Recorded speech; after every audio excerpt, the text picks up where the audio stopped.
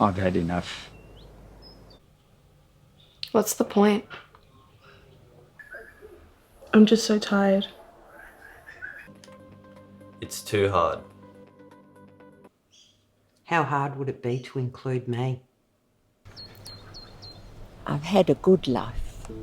So Mel, can you tell me, why is it so important to ask about suicide? Because you may save someone's life. Okay. It's really that simple. Okay.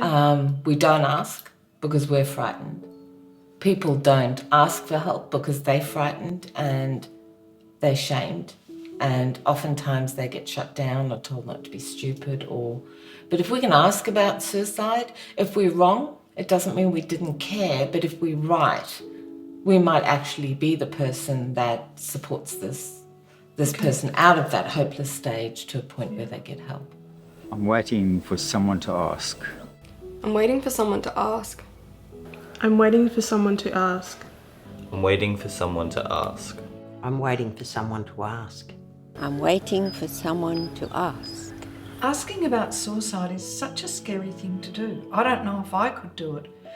And how would I know the right time to actually ask? Honestly, I think that's a gut feeling. It's about being aware of those in our environment, looking at what they're doing, seeing if they're in pain, having a look at everything, what they're saying, what they're doing, what they're not doing, what they're not saying, any changes in their situations or circumstances, and asking what it means for them. And then when they're talking, listening to our gut and being brave enough. If we're wrong, it's no big deal. Okay. But if we're right, we may save their life.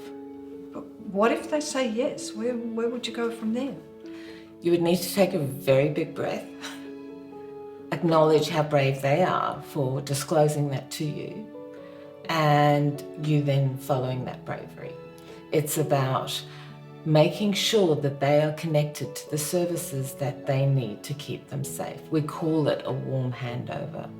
Oh, okay. Yeah, so it's about taking them, getting them to their GP, getting them to make an appointment with their counsellor, making sure they've got family around, if necessary, taking them to a hospital, getting hold of a helpline, just connecting them with services that can then help them overcome the things that got them to thinking of suicide.